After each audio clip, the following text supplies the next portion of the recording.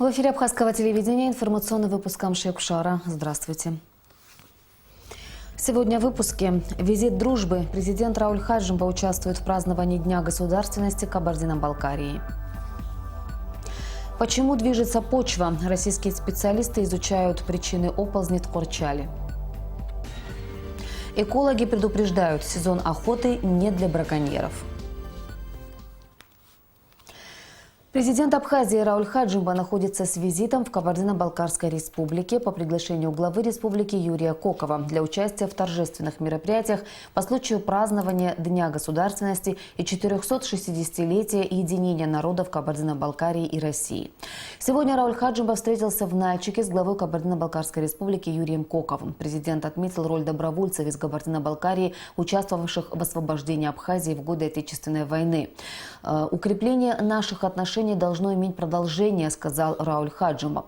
В ходе встречи руководители республик отметили давние прочные культурные и духовные связи Абхазии и Кабардино-Балкарии. Рауль Хаджимба и Юрий Коков обсудили вопросы дальнейшего развития двусторонних отношений. Об этом сообщает пресс-секретарь президента Наала Авицба. Сегодня же президент Абхазии в сопровождении Юрия Кокова принял участие в торжественных мероприятиях. Как сообщает пресс-секретарь главы государства Наала Авицба, Рауль Хаджимба посетил церемонию торжественного посвящения в юноармейцы у стелы «Город воинской славы», а также церемонию вручения государственных наград Российской Федерации и Кабардино-Балкарской республики в Доме правительства. Президент также принял участие в церемонии возложения цветов к памятнику на площади 400-летия. Рауль Хаджимба посетил фестиваль «Национальная палитра» с участием национальных культурных центров Кабардино-Балкарской республики на площади Абхазии. В фестивале был представлен Национальный культурный центр Абхазия, Фонда культуры Кабардино-Балкарии, президент Республики Абхазия совместно с президентом Республики Южная Осетия и главой Кабардино-Балкарии посетил павильон культурного центра Абхазия. Рауль Хаджимба также посетил торжественное заседание в Доме правительства Кабардино-Балкарской республики. Аполлон Алмазханович Гургулия назначен исполняющим обязанности главного врача Республиканской больницы Министерства здравоохранения Абхазии. Соответствующий приказ подписал министр здравоохранения Тамас Цахнаки. Об этом сообщает пресс-служба Министерства здравоохранения. Аполлон Гургулия – заслуженный врач Республики Абхазия, депутат 5-го созыва Народного собрания, министр здравоохранения Абхазии 1995-1999 годы. При Абхазском государственном университете возобновило свою работу научное общество студентов, аспирантов и молодых ученых, основная задача которого – приобщение их к научной деятельности. С этой целью в АГУ часто организовываются мастер-классы и лекции известных российских ученых. Одно из таких мероприятий и прошло сегодня в университете. Это подразделение функционировало и ранее, но сейчас его состав обновился. Первой ступенью в работе стал мастер-класс от российских ученых, докторов экономических наук, профессоров Виктора Овчинникова и Натальи Кетовой. Автор более 250 научных работ, в том числе 30 монографий. Профессор Виктор Овчинников представил мастер-класс по методологии и логике научных исследований и лекцию о методике и организации работы над диссертацией. Хотел поблагодарить руководство университета за возможность общения с коллегами, за возможность профессионального контакта, за эту открытую площадку для встреч и совместных размышлений. И сказать, что я уже не первый раз в Абхазском университете. Мне довелось участвовать 2 года назад в совместной сессии конференции, которая была организована. В Абхазском государственном университете при каждой кафедре есть аспирантура, но выезжать у наших молодых ученых для повышения квалификации на постоянной основе не получается. Для решения этой проблемы было решено пригласить в АГУ научных деятелей. Заслуженный деятель науки Российской Федерации, доктор экономических наук, профессор, заведующая кафедрой теории рынка экономического факультета, руководитель отделения маркетинг Южного федерального университета Наталья Кетова отметила важность подобных встреч и выразила надежду на дальнейшее сотрудничество. Раскрывая сегодня в вашем университете возможности для написания и защиты магистерских диссертаций, мы в значительной степени представляем вот этот уровень, который создает основу для работы специалиста высокого класса в вашей республике. Я являюсь руководителем магистерской программы «Маркетинг» в нашем Южном федеральном университете. Наша программа программа работает уже 4 года. Есть многие программы, которые работают в нашем университете 10-12 лет. То есть у нас уже хороший опыт и возможности. Мы общались со специалистами и выпускниками и американских вузов, вузов Германии, Чехии. То есть представление о том, какими должны быть магистры, у нас есть вполне. И в этой связи вот сегодня, приехав в ваш университет, нам хотелось бы показать возможность и целесообразность именно развития такой вот магистерской высоты для написания проектов, которые в дальнейшем защищаются и создают основу для развития вот этого уровня магистерского образования. Основная задача подразделения отдела науки при университете – приобщение к научной деятельности и объединение студентов, аспирантов и молодых ученых. В ближайшее время планируется провести ряд научных мероприятий. Первое подобное мероприятие мы проводим сегодня. Для нас является большой честью приезд таких научных деятелей, доктора экономических наук, профессора Виктора Николаевича Овчинникова и доктора экономических наук, профессора Натальи Петровны Кетовой. По просьбе студентов и аспирантов в понедельник Виктор Овчинников и Наталья Кетова прочтут лекции в Абхазском государственном университете. Рената Шака, Тимур Гугохи, Абхазское телевидение.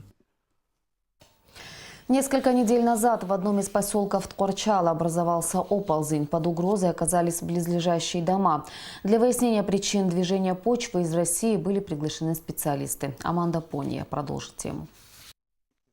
Из-за залпового схода оползня, произошедшего месяц назад, поврежден забор жилого строения. Хозяева близлежащих домов уверены, что им угрожает реальная опасность. Специалисты из Краснодара и Управления по вопросам землепользования и кадастру Абхазии проводили работы здесь с целью изучения ситуации и для выяснения причин оползня. Для решения геологических вопросов потребовалось немало времени. Конкретно заложили сейсмопрофиль продольный, который шел по дороге и показал строение оползня здесь. И заложили до речки 2 сейсмопрофиля длиной общей примерно 250 метров. Мы поняли, что здесь имеется древний оползень, и на его поверхности формируется второй этап оползания, молодой оползень. Глубина образовавшегося второго смещения почти 16 метров. Российские специалисты рассказали о том, какие работы здесь нужно провести, чтобы избежать дальнейшего движения почвы.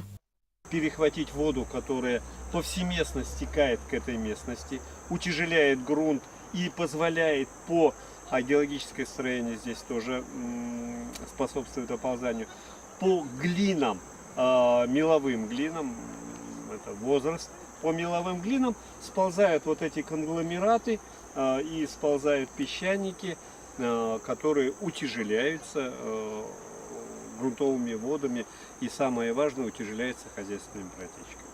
Жители надеются, что проблема в скором времени будет решена. Их дома останутся целыми и невредимыми. Аманда Пони, Абхазское телевидение.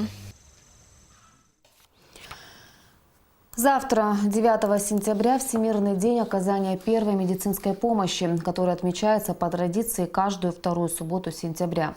Как говорят врачи, от грамотного оказания первой медицинской помощи зависит последующая реабилитация пострадавшего. Об этом, в частности, шла речь сегодня на встрече главного врача республиканской станции скорой помощи Аслана Джопо с журналистами. Подробности в репортаже Алеки Трапш. Учреждения скорой медицинской помощи предназначены для оказания круглосуточной, своевременной и качественной медпомощи заболевшим и пострадавшим, находящимся вне медучреждений. Весь Сухум и Сухумский район обслуживает одна станция экстренной медицинской помощи. Круглосуточно здесь дежурят по 3 бригады, а в летний период бывает и до 5. При поступлении телефонного звонка в диспетчерскую по адресу незамедлительно выезжает бригада с необходимыми медикаментами для оказания экстренной помощи. Стоит отметить, что станция скорой помощи столицы обеспечена кадрами, а вот с техникой дела обстоят иначе. Машины не оснащены необходимым медицинским оборудованием, что, безусловно, затрудняет медикам оказание экстренной помощи. Главный врач республиканской станции скорой помощи Аслан Джопо на пресс-конференции рассказал журналистам, что в экстренных случаях грамотно оказанная медицинская помощь может спасти жизнь пострадавшему. От оказанной первой грамотной помощи уже можно сказать, какие последствия будут, не будут. и более благоприятный исход уже у пациента в лечучреждении. То есть это немаловажный такой вот раздел медицины, самый главный, даже вот по оказанию экстренной помощи, когда человека жизнь под угрозой. То есть куча мероприятий реанимационных, которые именно вовремя надо исполнить и грамотно. Аслан Джопо также отметил, что наше население не очень сильно в вопросах оказания экстренной медицинской помощи. До прибытия скорой помощи пострадавшим при инсульте, ДТП, ожогах и других травмах можно на месте оказать первую помощь. Но из-за отсутствия у граждан элементарных знаний и методов оказания первой помощи, нередко бывает, что прибывшая медбригада уже не в силах помочь пострадавшему. Поэтому необходимо систематически проводить семинары и тренинги по оказанию первой помощи, говорят специалисты. Навыки вот по оказанию первой медицинской помощи, один раз услышав в жизни и там запомнить на всю жизнь тоже, наверное, невозможно. Это практика как бы подстегивает к тому, чтобы оно закрепилось, запомнилось. И вот именно слово тренинг, это как раз вот периодически, систематически, когда вот это все проводится, она больше закрепляется. Кроме того, врачи высказывают пожелание, чтобы в летний период в местах скопления людей, особенно на пляжах, были открыты пункты экстренной медицинской помощи. Алика Трапш, Саида Гухава, Абхазское телевидение. В Абхазии открылся сезон охоты, который продлится до 29 марта 2018 года. Сезон начался с охоты на перепела. В основном в Абхазии соблюдаются правила охоты, но есть и исключения. Экологи проводят рейды и конфисковывают различные предметы, использование которых при охоте категорически запрещено. Подробности в репортаже Тамары Ачба. Браконьерство в мире переросло в глобальную проблему, созданную руками человека. Охотой и рыболовством человек занимается всю свою историю. Еще в древние времена, до начала домашнего скота и земледелия, охота являлась одним из способов выживания. Но в наше время охота из способа прокормить себя и семью превратилась в вид развлечения, впрочем, как и рыбалка. Ежегодно в нашей стране определяется дата открытия сезона охоты. Существуют определенные правила, которые необходимо соблюдать всем охотникам нашей страны. В этом году разрешается добывать определенное количество птиц. Превышение допустимого количества карается штрафом. По правилам охоты перепел можно добыть до 20 штук. Там водоплавающие птицы по разным их направлениям можно добыть там, от 5 до 10 штук. Каждый сезон Госкомитет Республики Абхазия по экологии и охране природы проводит рейдовые мероприятия по устранению браконьерства в Абхазии. Большая часть наших охотников соблюдает правила, но также есть определенная часть людей, которые активно нарушают все существующие нормативы. С каждым годом становится все больше новых приспособлений браконьеров. То, что вы видите сегодня на столе, это не относится к правилам охоты. Это нарушение правил охоты, это применение осветительных приборов, звуковых приборов, записанная перепелиная трель здесь. Сегодня уже они усовершенствовались, вот на такие флешки записывают, вставят их в магнитофоны, используют вот такие портативные аккумуляторы, чтобы подольше бродить по полю, магнитофоны и сачки. Жертвами браконьеров становятся не только животные и птицы, но и рыбы. Но, как утверждают специалисты, в этом году, к счастью, рыбалка проходит по правилам и никаких нарушений пока не наблюдалось. Тамара Ачба, Михаил Братухин, Абхазское телевидение. Завтра, 9 сентября, в Москве в Центральном доме литераторов состоится торжественная церемония вручения международной премии имени Фазиля Искандера.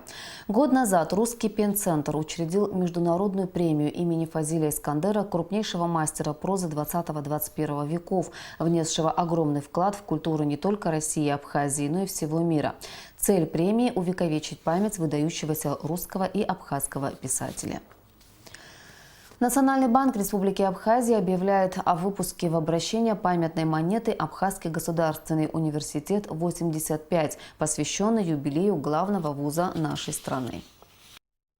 Памятная монета «Абхазский государственный университет 85» выполнена из серебра 925 пробы, диаметр монеты 39 мм, вес 34 грамма, номинал 10 апсаров.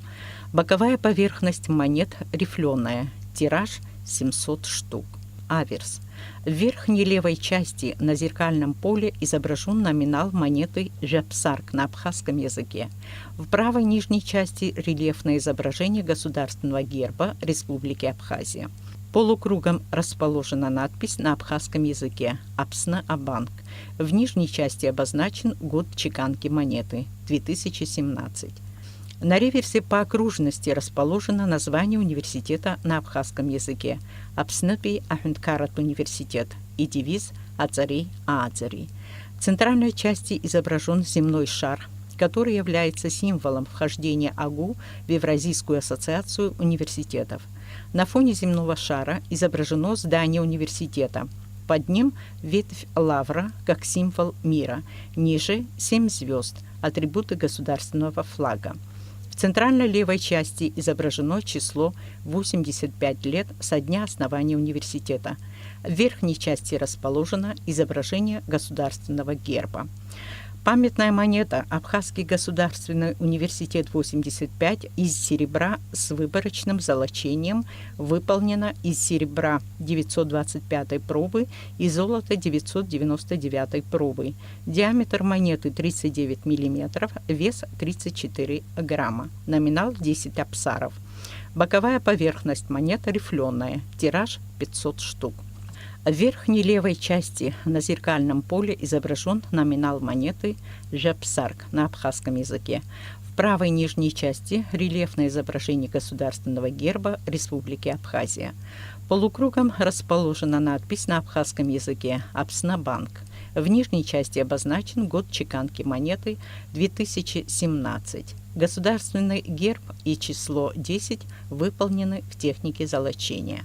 На реверсе по окружности расположено название университета на абхазском языке «Апснапи Ахунткарат университет» и девиз «Ацари Аацари». В центральной части изображен земной шар, который является символом вхождения АГУ в Евразийскую ассоциацию университетов. На фоне земного шара изображено здание университета. Под ним ветвь лавра как символ мира. Ниже 7 звезд, атрибуты государственного флага. В центральной левой части изображено число 85 лет со дня основания университета. В верхней части расположено изображение государственного герба. Государственный герб, земной шар и лавровый венок выполнены в технике золочения. Художник Тимур Кайтан. Реализация памятных монет Банка Абхазии из драгоценных металлов юридическим и физическим лицам осуществляется кредитными организациями Республики Абхазия. И о погоде. По сообщению синоптиков, в выходные дни в Абхазии ожидается небольшая облачность без осадков. Температура воздуха ночью плюс 20-22, днем плюс 28-30 градусов. Температура морской воды плюс 26 градусов.